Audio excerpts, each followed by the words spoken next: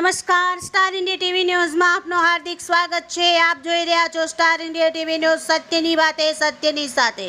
જાલોદ નગરમાં pre monsoon કામગીરીમાં પાલિકા તંત્ર કુંભકર્ણની મુદ્રામાં। મુખ્ય હાઈવે પર જોવા મળતા ખાડાઓ। નગરમાં હવે વરસાદનો માહોલ જામતો જોવા મળી રહેલ છે। આ વરસાદી માહોલને લઈને નગરપાલિકા તંત્ર હાલમાં સૂતું હોય તેમ લાગી રહેલ છે।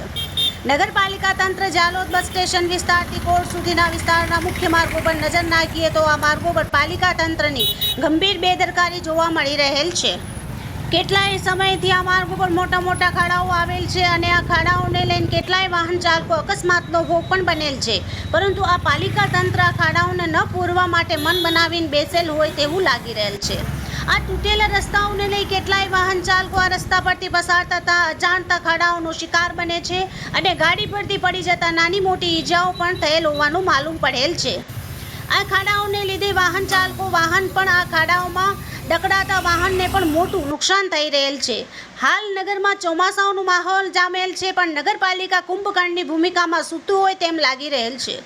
નગરપાલિકા દ્વારા આ રોડ પરથી પ્રી મોન્સૂનની કામગીરી કરવામાં આવેલ હોય તેવું જોવા મળતું નથી।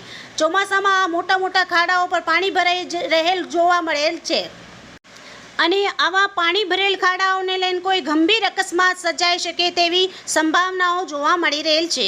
આ ખાડાઓને પાલિકા તંત્ર જાગી ગુણવત્તાવાળું કામ કરી ભરી દે તેવી પ્રબળ લોક માંગ ઉઠવા પામેલ છે। હવે જોવાનું રહ્યું કે પાલિકા તંત્ર હજુ પણ આળસ ખંખેરી યોગ્ય પગલાં લેશે કે નહીં।